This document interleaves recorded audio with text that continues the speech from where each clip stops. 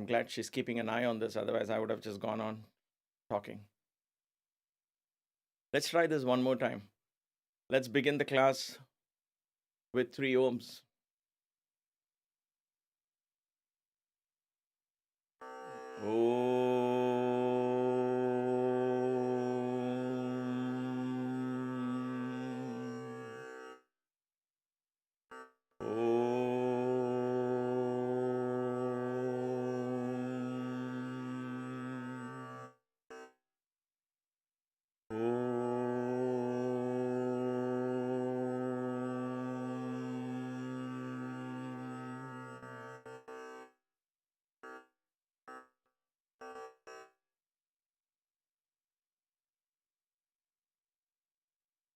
It's an irony when we are talking of the Kaivalya Marga, we're talking of equanimity and rising above into new dimensions. And it seems to be the universe tests us in our equanimity levels here with all these technological challenges. A couple of days ago, I had a Sai Baba satsang on occasion of his birthday, a couple of them, and I must have changed something.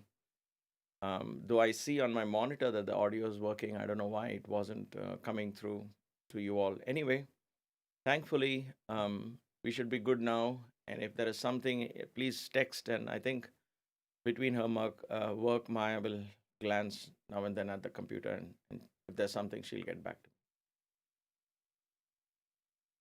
So we have begun learning, and this is the part 4 of the water element.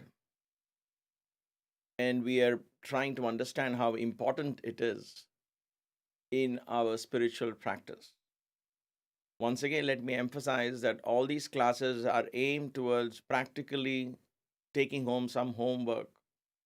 We do try and explore a lot around the philosophy and the theory around the practice, but the emphasis, the importance is all given to spiritual practice. Because, as my Guru Baba would say, that you can have tremendous scholarship, you can know everything, you could have memorized great Vedic chantings and mantras and all of that, but without bringing them into your everyday practice, without self transformation, all of that is of no use. Okay, and there are umpteen stories mentioned in our ancient scriptures to prove that point. And that's why I'm a big fan, if you will, for lack of any other term, a big fan of the yoga path, because yoga means practice, the experience of being united with the divine. So that oneness that we're talking of, the kaivalya that we're talking of, is an experience that is our birthright, that is available to us. And therefore, all of this is directed, all these classes are directed to motivating you, to guiding you, to helping you and me in staying on course, in staying on the path, and actually bringing at least some of this into practice initially. And then slowly we begin to add on as experiences begin to motivate you more than outside lectures or books or anything else. Your own experience will begin to motivate you. So, we were talking in the last class, in that context of practice, we were talking in the last class of the need to control the water energy. Again, the word control is frowned upon these days. Nobody likes the word control. But Indriya Nigraha is the Sanskrit term. Nigraha, the closest word that I can think of, is control. And so I'm not going to shy away from that. We can call it harnessing the energies and all of that. Those are flowery languages that we want to showcase, if you will, and hide this otherwise very strong word called control. But Indriya Nigraha, Indriya is senses, Nigraha is control. Indriya Nigraha, like you control the horses, you hold the reins tight, you don't let the horses in the chariot that are tied to the chariot to go astray, because if each horse decides to pull in different directions, you get nowhere. If anything, you will topple and fall down. And therefore, Indriya Nigraha, controlling the reins of the horses in your hands, The word control seems to be the best, closest that we can get to the Sanskrit term nigraha. Graha means gravitation towards you. Keep it towards you. Don't let it go. Graha, nigraha, close to you. In other words, keep the senses close, under control. That's a kind of uh, power packed term that is in Sanskrit. So they don't mince these terms or these words when they have to teach these powerful paths of spiritual transformation. That is what we are seeking, right? We are seeking spiritual transformation, not simply progress, but actual transformation. Transformation in our perception, basically, which in turn begins to transform the reality around us. So, water element is very, very crucial because that is very close to the earth. Earth and water is what today you and I define our reality as. It's matter, correct? Matter in the form of earth and water, this planet. This is what we are talking about because these are energies we can feel, we can see. They are energies that are bound to gravity. They flow down. Earth, the matter falls down. Water flows down. So these are powerful energies. In spirituality, what happens is you turn the course of these energies through control and you direct them upwards, like a wild horse. And I'm using the analogy, the metaphor of horses, because that's the metaphor used in the yogic terminology, in the Vedic terminologies. Because left alone, the horses run wild. That's also a term in English, right? The horses run wild. But if you want that the power of the horse to serve you, then you have to tame the horse, control the horse, and then direct it to where you want to go. So it seems to be against the nature of the horse's very nature to run wild and free. But then when it's tamed, you can harness the energy of this horse. That is what we call horsepower in electricity or fuel and all of that. So the point here is controlling that energy of the senses. The five senses are like the five horses, each one pulling us in different directions. We have to control them and then direct this upwards. Senses, sense organs, the experience of the senses keep us bound to the earth. Why? Keep us bound to this dimension. Look around you, what you see around, and you say, this is my reality. This is definitely in this dimension, this is real. So, this is very much real. When you go and look at this from another level, this will seem a little less real, and the other dimension seems more real.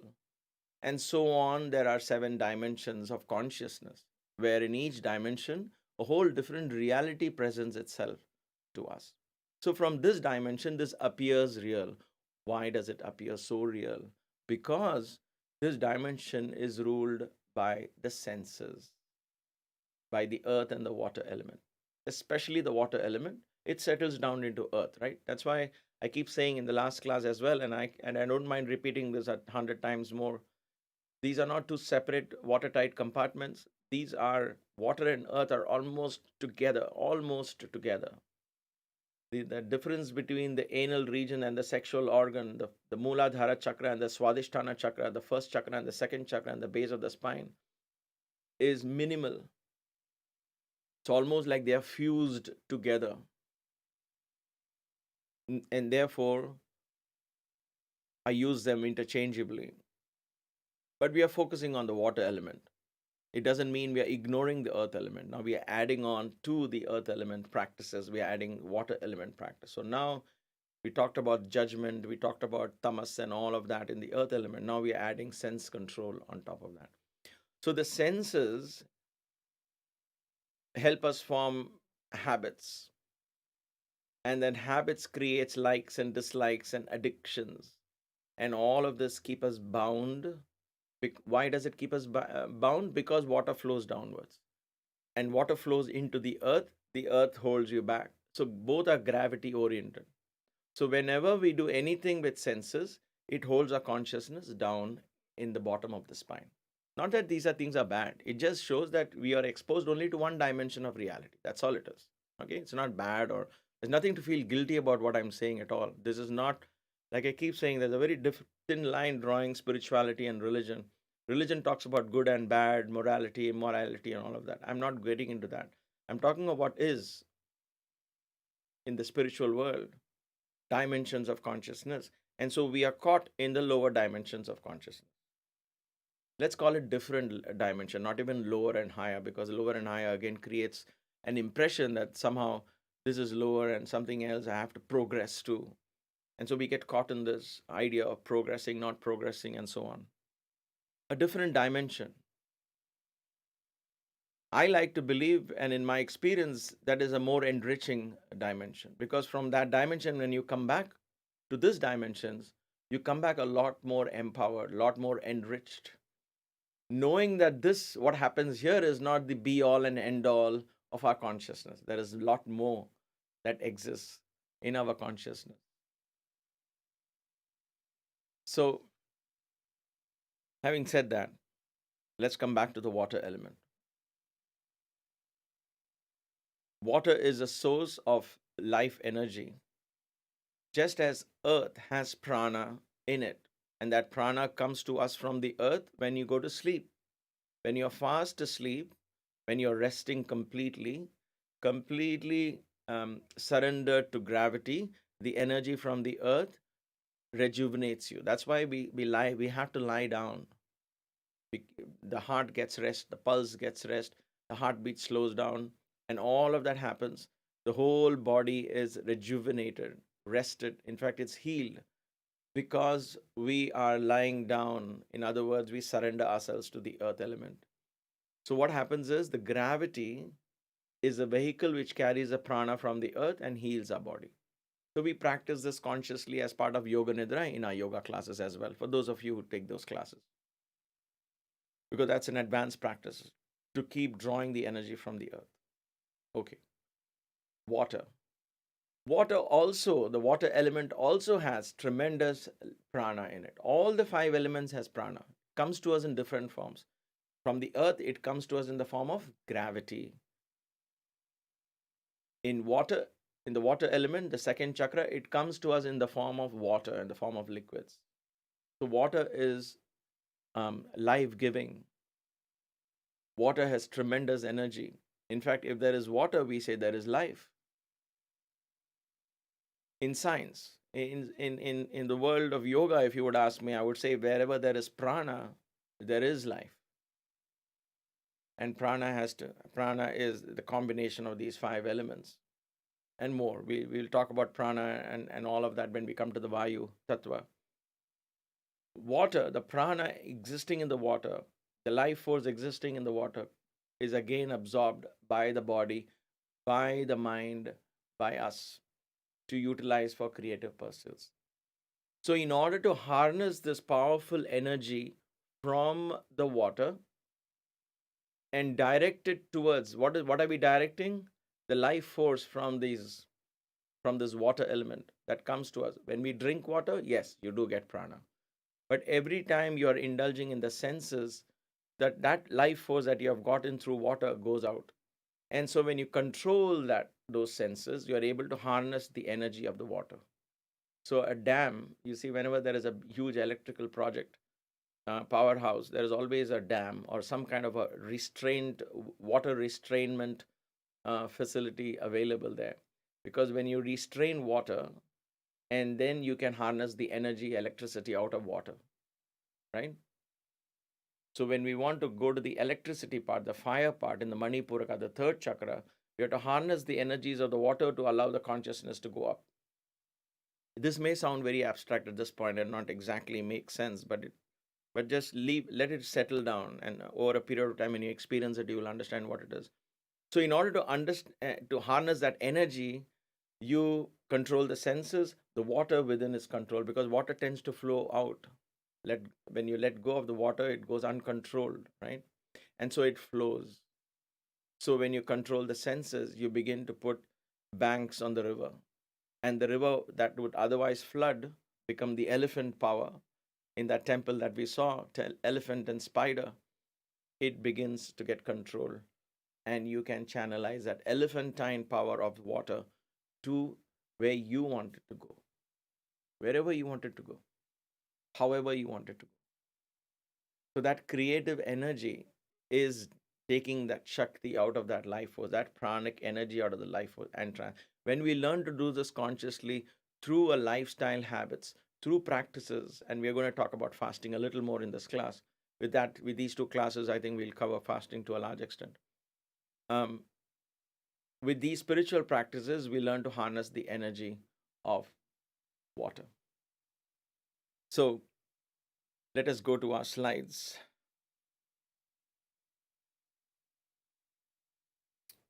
We are still in this Jambukeshwar temple, beautiful temple, and I'll end this class with 9 minute clip again from some of the ancient traditions where they still show the elephant doing the puja. I mean, it's more symbolic, but you'll see Akhila, the elephant, in this temple walking around. And you'll also get to see what the beauty and the grandeur of this temple. But before that, let's go through these points that I just spoke about. One of the greatest and the most powerful methods of controlling the senses is fasting. There are many types of fasting, and we discussed some of that from the point of view of food in the last class. I want to talk about the benefits of fasting in general a little more because I think in the last class I rushed through that towards the end and I was not very satisfied. So I thought I'll spend one more class to help motivate you all um, into slowly incorporating this habit in into your spiritual practices, the ability to fast, the necessity to fast, the logic or the reason behind fasting. It calms the mind. It dulls the mind. Many times when we fast, we say, I feel weak at the end of the day. Your body has enough energy, resources to provide you um, energy. It's got enough, generally speaking, unless somebody is sick, then of course he or she will not be fasting. Our body has enough fat that is stored and generally a lot enough carbs that is stored for us to survive a day or two of fasting. All right. So when we say most often, not always, but most often, when we say we feel weak at the end of the day, it's actually, it could be, let me put it this way, it could be, and most probably it is, a wrong interpretation, a misinterpretation, because that is where the mind is actually extremely silent. And because the mind is silent, the systems in the body begins to reflect that. They all slow down. And so you feel very drawn, very calm. I would replace the word weak with calm. You feel very calm, very quiet. You don't want to talk. You don't want to get up and jump around and do work. You just want to sit peacefully. So we think that as weakness because it's a very, very, very new experience. This is why I said yoga is all about actually experiencing things firsthand. Because we can imagine what is calmness and we can get into that state for 5 minutes, 3 minutes, utilizing some music or something. But when you actually fast a day, for example, um, let's say only on water or just salads, and you skip your usual caffeinated drinks and things like that, you feel dull.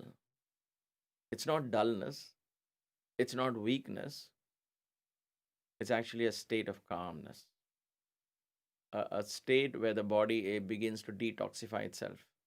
So you might get light headache and all of that. It's a new experience. And our tendency, because we resist any change, we tend to resist a change saying, oh, I didn't like it. It was very uncomfortable. I got a headache. I got this. I got that. But like everything else, with couple of times you fast, the third time your body will get used to it. That's all it is. Very simple. So you don't straight away say, I'm going to start with a 3 day fast or a 2 day fast. Okay, so that's when it becomes just like you can't start yogasanas with a headstand. The same thing. Start skipping one meal at a time. Don't straight away jump into some really ambitious fasting plan. It's perhaps not safe, especially if you're starting it at a later age and if you're having medications and things like that. But it's okay to miss a meal once in a while. Let's say you skip a dinner, you have an early dinner at 4 o'clock, and then you don't eat anything till the next breakfast in the morning, next day morning at around 8 o'clock or 9 o'clock. So that's a long break you have, right? Those kind of things will help you. Your body gets used to the idea of not having food for extended periods of time. But fasting is a very powerful method. And if you are a meditator, if you like meditation, then fasting is an amazing way to experience um, and harness the energies of the mind for higher dimensions. It becomes very easy. It's like are the horses seem to be weak, and therefore you can control them. As a charioteer, you'll be able to harness the energies of the horses. In other words, your senses, your mind, everything seems will become dull. Your senses will lose the interest in anything because the tongue is being deprived of food, and all the other senses begin to go back into the shell. It's amazing how that system works. So try it playfully. Again, don't bring in religion. So speaking of fasting, we spoke about which days to fast and so on and so forth. But I want to give you the benefits of fasting, and I've spoken the rest of it in the last class. I don't want to repeat them again. One of the, of course, the important part here, and I'm talking these points. I know I went through it a little fast last time, but I want to spend some time here in this class so that you understand why is it so important. The senses are ruled. When we say senses, we are talking of five senses, right? The sense of, every time I say senses, remember I'm talking of five senses. Sense of touch. Let's start with the most subtle one. The most subtle is the sense of hearing. The first to come and the last to leave. First to come when you're born, the baby first begins to listen, and the dying person, the last sense that leaves him is the sense of hearing. That's why even when they're in the coma in the last stages, you can speak to them. At some level, they hear you. Okay? So sense of hearing. And that's what I did to my mother when she was in her last stages here in Elyria in Cleveland. She was visiting us. She got her heart attack. She was lying in the ICU. And they gave us time just to spend time. The last few minutes, I told them I want to spend time, me and my mother. They shut down all the beeping machines around. They closed the ICU for us. It was an amazing thing. I sat down, I sang the Shivoham, I sang the Bhajagovindam. Everything was her favorite. So I sang Shivoham towards the very end as she took her last breath because I knew that the sound, the vibrations of these sounds will travel with her. The Udana Vayu. We'll understand that later. My point here is sense of hearing. Sense of hearing, sense of um, touch, then sense of sight, sense of taste, and lastly, sense of smell. So, sense of hearing, sense of touch, sense of sight, sense of taste, sense of smell. These are the five senses. And among them, the king is a sense of taste. Okay? Because the eyesight is also very powerful, right? But how do you control eyesight? You can't say close your eyes and spend the day. It's very, very, very difficult unless you are living in an isolated cave. It doesn't make sense. So, so the yogic rishis knew that for us, those of us live in society, and even those live in the caves, you can't just close your eyes and say I'm controlling my eyesight. That is not how it works. So the king of all these senses is the tongue. You can't shut your ears to close sound from coming in. You can't shut your nostrils from smell going in because you have to also breathe. So think of all of this, and you'll see that there is one sense organ you can actually shut. You can put a full stop if you choose to. It is under our control, and that is the tongue. So the tongue is therefore considered the king because if the tongue is controlled, all the other senses begin to wind down. So these are the senses that I talk about. These five senses are ruled by the three gunas. The entire creation that we understand in many dimensions are all products of the three gunas.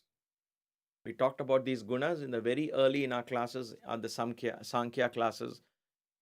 Just as we started, we lay down those firm foundations. I hope you remember them.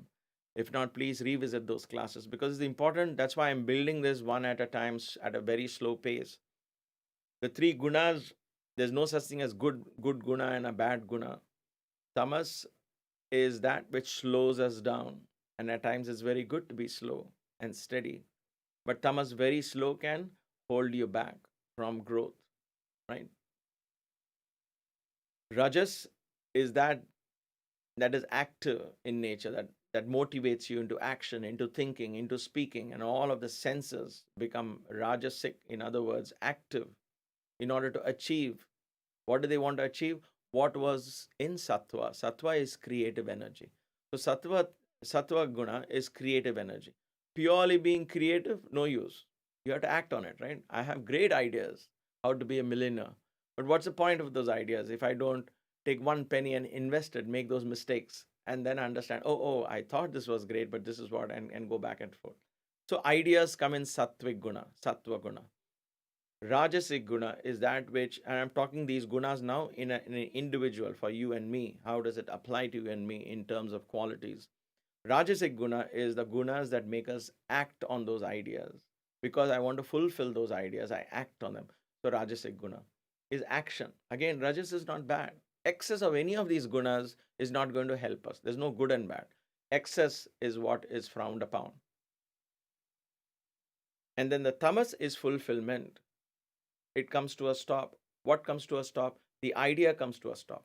Sattva guna has been now the efforts to manifest that creative idea has come to a fulfillment, and therefore it has met its grave. That's what tamas is Shiva. Shiva sits on a graveyard. In other words, he is the fulfiller. That energy is a fulfillment. Tamas fulfills. After you're hungry, you have an idea of what to eat, sattva. You're eating, you're tasting, smelling, and all of that, rajas. Once you finish eating, you burp and you say, I am fulfilled. Tamas sets. Then you want to lie down peacefully, happy, going to sleep. So sattva, rajas, and tamas. Excess of sleep, bad. Excess of food, bad. Excess of only thinking what to eat, what not to eat, and examining menus again doesn't get you anywhere. So this is what it is. Excess is what is frowned upon. So when we do fasting, and I'm talking in at this moment, fasting in terms of food, it helps control tamas in us. Weight control. Weight is tamasic. Weight, like we discussed in the earth element, draws us towards the earth, slows us down. Excess weight, I'm talking of. Being overweight or being obese means you have too much earth element in your body. So science has also confirmed this today. So there's no argument about this.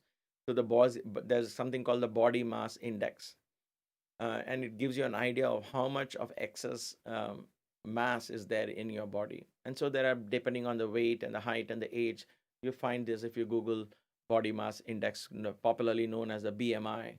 You will know how much you should have, how much you're overweight by. Okay, so all this is there.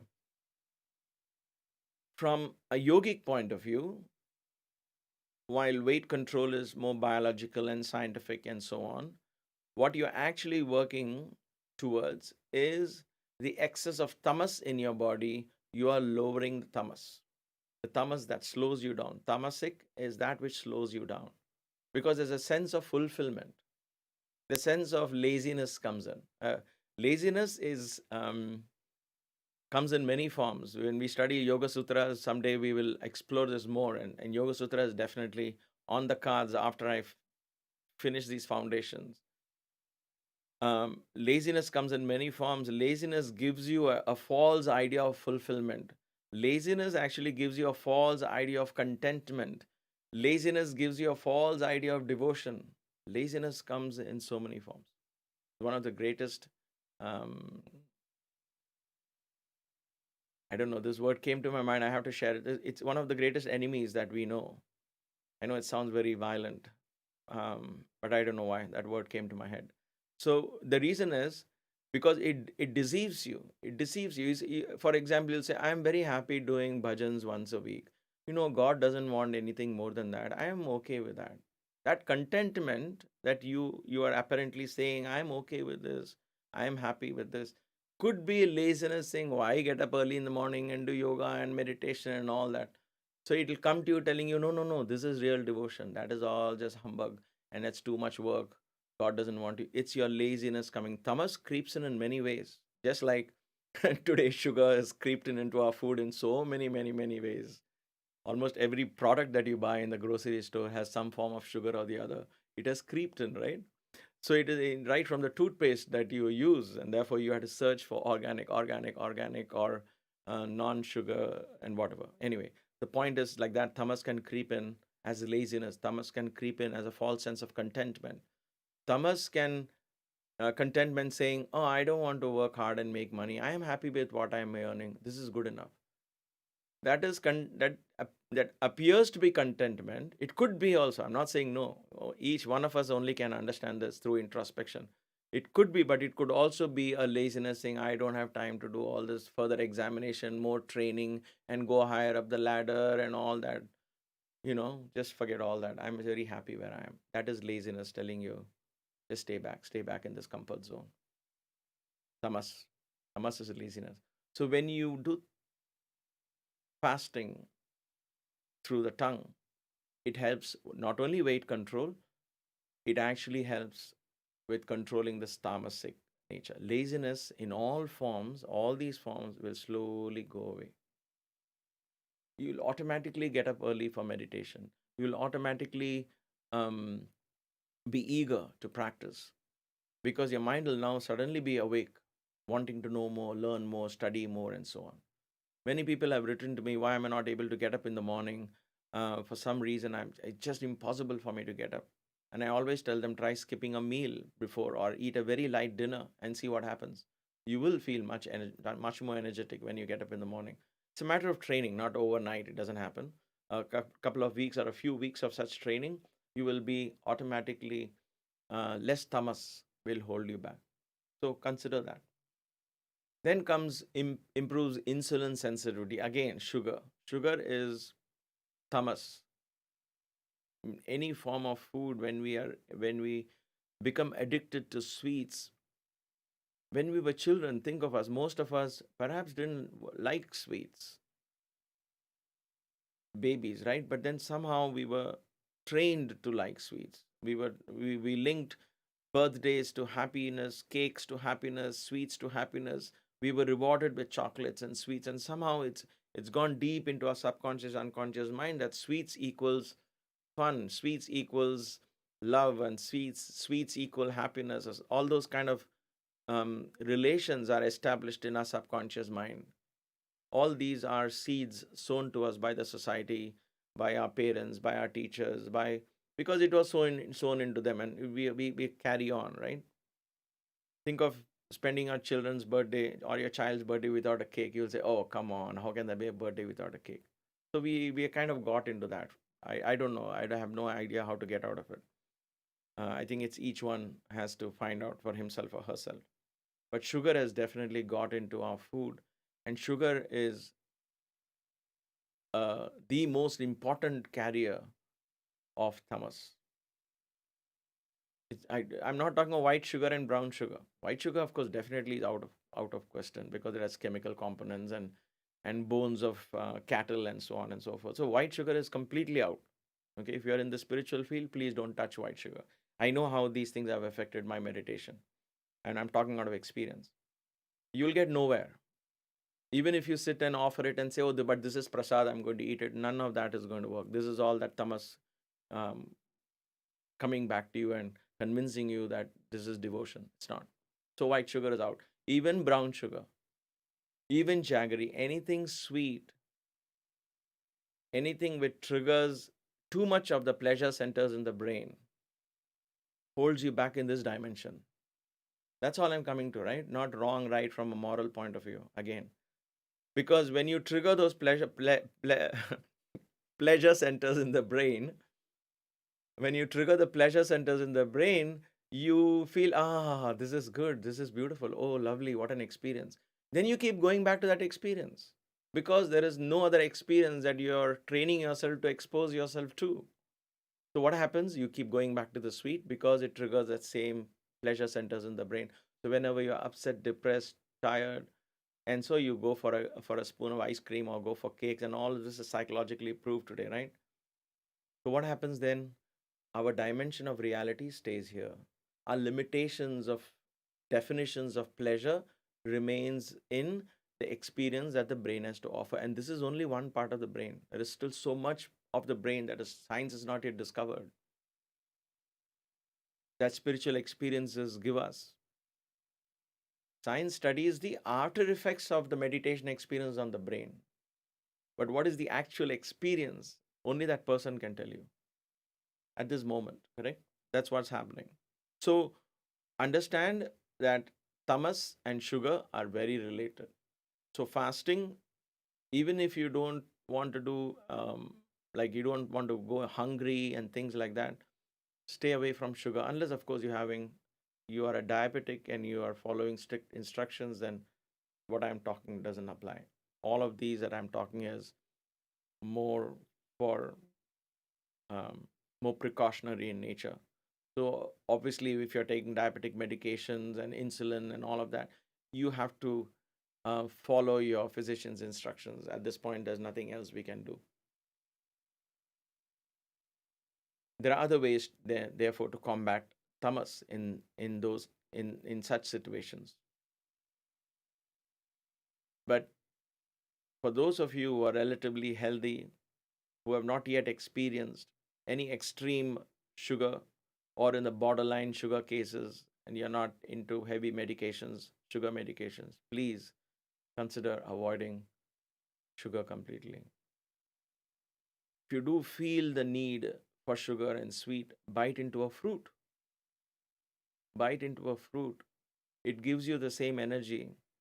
It is just that the taste is different. The taste buds needs to be trained. Bite into a banana, bite into a mango, bite into a sweet apple, and a sweet orange or anything like that. Bite into a fruit rather than go for a spoon of sugar or cook something artificial.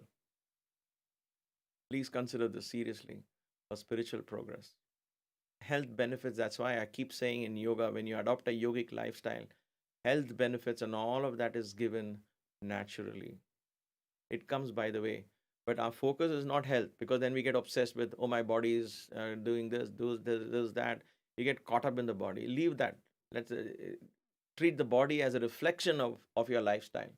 So if I correct my lifestyle, the body is slowly going to come back and begin to reflect that. It will take time, but it will naturally and eventually reflect. Period. That's my firm belief as a Hatha Yoga practitioner. Okay, and that's the only way I know I can teach this. The body is a reflection of what is going on in the person's lifestyle, period. The body speaks volumes of a person's character. The body language, therefore, is so important. Anyway, we leave that for rest now. So while it slows down tamas, it speeds up the metabolism. It brings up rajas. Because in today's society, most of us, we are all caught up in tamas. We have slowed down. We want to get up late. We want to sit in a recliner all the time. We want to lean back all the time. We want to lie down all the time. We want think of your lifestyle, right? We rarely walk, climb stairs. We don't we are we use vehicles. We use elevators. We use all of these mechanized things, and therefore tamas is predominant in our consciousness. That's why obesity is a reflection of that tamasic consciousness of man today. And that's why obesity is a real problem, right? That's why I believe the body is a reflection. So when you begin to fast, the tamasic element comes down. The rajasic element, which is otherwise very low, brings up. You have to balance them, right? Balance these gunas. So tamas comes down, rajas comes up. You suddenly wake up early. You're ready to act, ready to exercise, ready to do this. So that is, it speeds up the metabolism. In scientific terms, it is called speeding up metabolism. The yogi understands that is a little bit of rajas. Rajas is required. When I was young, my teacher would say, थोड़ा Durga energy, Durga शक्ति को बढ़ाओ, दुर्गा शक्ति, दुर्गा माँ की शक्ति को बढ़ाओ, यू से इन हिंदी, दुर्गा माँ की शक्ति को बढ़ाओ. Durga is, she's fierce, she's active. You can never see Durga in meditate. She's sitting on a tiger, she's ever ready to fight the demons, she's out there. So it's a powerful Rajasic element. So we have to awaken that Durga Shakti within us. Okay? Another way to look at it. Anyway, it improves hunger. It is also, hunger is Rajas. Hunger, feeling hungry is Rajas. But you might say, wait a minute, I feel hungry. Most of us feel hungry. Again, take these words um, with a pinch of salt. It's exception is not the rule. There are exceptions to this, and you might all be the exceptions. But most of us feel hungry because of habit, not because we are really hungry. Most of us look at the time and say, oh gosh, it's lunchtime. I have to eat. I'm hungry. I'm starving. Most of us eat food based on time. Now, again, if you're on medication, that's a different thing. I'm not getting there, right? Normally itself, we eat because we are addicted. We eat because we are bored. How many times you said, "Arey, I'm so bored." You go to the kitchen and start opening little dabbas to see if there's something to munch. Because the mind is craving for some experience, something, and so the tongue gives you that sense of experience, right? Like I said in the last class, the eye can only see, cannot absorb that. The tongue gives you that experience to absorb and assimilate it. And therefore, you start eating something. And so it's either popcorn or chips and things like that. You start snacking up, and those snacks add on. If you skip those, you will really and truly feel hungry. And it is okay to be hungry. It's okay to be slightly hungry all the time. I do this all the time. And I've begun to love a part of me that is always hungry. That's nice. It's a very nice feeling. It keeps me going, it keeps my metabolism going. All right. It's like, think of watering a plant. You don't give too much water, you pour it just enough. Let the plant thirst for more water. In that thirst for more water, what happens to the roots of the plant? The roots begin to dig into the soil, searching for water underneath. Correct? Because the water that you poured goes into the earth. And so the roots chase the water into the earth. Why? Because the roots are deprived, they are hungry. And so hunger actually causes growth, increases metabolism, builds immunity, and so on. So it's okay to be hungry. Not all the time, not excessively hungry, not I'm not talking of people who have excess acidity or on medications, right? Again, I want to put those words of caution because we are talking of things which could have implications on health. So I have to be careful and cautious while I say these things. But for youngsters, for younger people, 35, 40 years, 45 years, 25 years, and so on, it's okay to be hungry. You don't have to keep um, eating because you're afraid you might get hungry. You know, when we were young, my parents would feed us before they went out, when before we went out for some function or something. They'll say, "You will feel hungry later, so eat now." Now, these kind of habits are ridiculous, right? Um, what if I feel hungry later, so let me eat now? This is not how the body works. You have to feel hungry, and it's okay to be hungry for a little bit, and then when you eat, the digestive fire is burning brightly and it digests the food really well. So Rajas improves hunger in fasting. It's excellent. You have to start feeling hungry, not bloated and full all the time, and you're just eating because you're afraid you might feel hungry if you skip a meal. So think of now, as homework from these classes, I want you to examine the next time you feel hungry. Am I hungry because I'm habituated to eating at this time, and somehow the neurons are just kicking in because of a biological clock that is set in automation? Or is it that I'm really feeling hungry? So what if I delay my dinner a little bit? What if I delay my breakfast? Or what if I skip a meal altogether? That's where fasting comes in. Then you begin to examine what is real hunger versus what is perceived hunger. What is real hunger versus what is habitual hunger. Examine this. Try this. Understand this. The real hunger is what really is important for us. And many of us have forgotten that thanks to um, materialistic comforts and the ability to afford. Ask the children on the streets in India and elsewhere, in Africa and elsewhere. They know what real hunger is. They're able to digest food well. I'm not saying they're healthy because that's an excess hunger, right? Their meals are not properly done. So that's a different situation. That's another extreme. But they know what hunger is. So it's okay to be hungry. That's why Gandhiji would fast. Gandhiji took upon poverty. Saint Francis of Assisi, he was a prince. He took upon poverty because of all these reasons. Because the tamas, the slowness begins to disappear. It awakens the rajas in us. And because of fasting, that rajas comes up very beautifully tamed. It's amazing experience. Then, of course, the rajas also provides immunity. It becomes we are studying as I'm talking these in these classes in the month of November in 2020. We are also doing and just started studying the Devi Khadgamala. Khadgamala is the chant that provides armor, protection to the body and the mind. But if you combine those kind of practices like the chanting of the Khadgamala and mantras and slokas along with fasting, then you are building your immune system as well. Even if you skip one meal, your immune system is working. Why? Because how is fasting related to immune system? I'm talking simple, logical language, something which you and I can understand, right? The rest of it you can Google and go more scientific if you wish to. Because the moment you skip a meal or skip a day of food or change, the body goes into a survival mode. Immediately, all the defense systems are activated, right? And then the body is ready to fight any foe in order to survive. The survival in us is instinct to survive is so powerful that the immune system kicks into gear. That is why fasting improves immune system. Think about that. So it brings in rajas. Rajas is like the army gets up ready to fight. The Durga Shakti awakens within us. So rajas, rajas, rajas. So you see how tamas is reduced, rajas is increased. Promotes longevity. That is sattva. I know it's hard to believe. You live more because you eat less. And I think I mentioned this in the last class as well.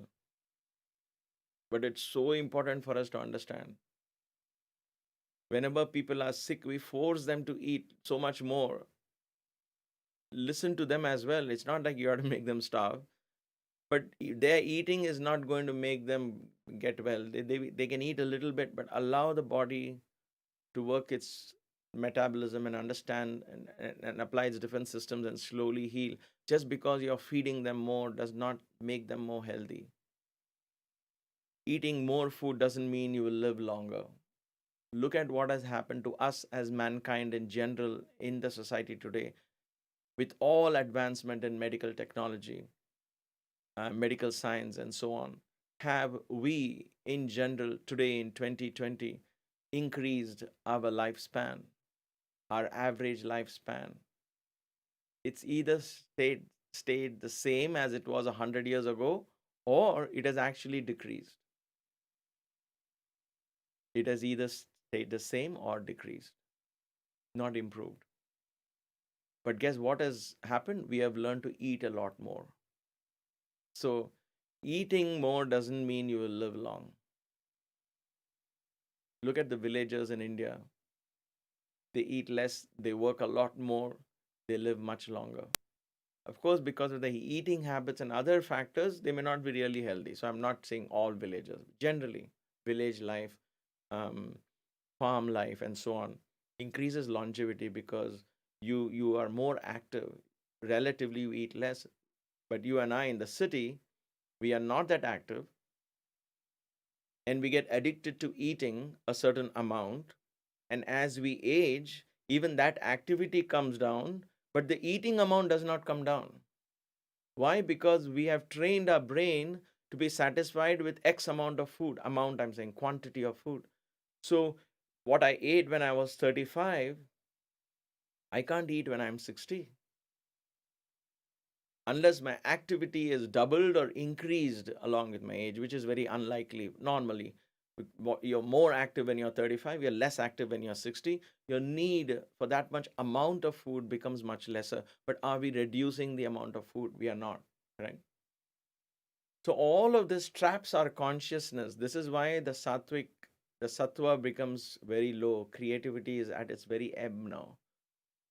What do I mean by that? You and I borrow ideas from advertisements. You and I borrow ideas from others. You and I borrow likes and dislikes from others. We have forgotten what is our own likes and dislikes, again, generally speaking.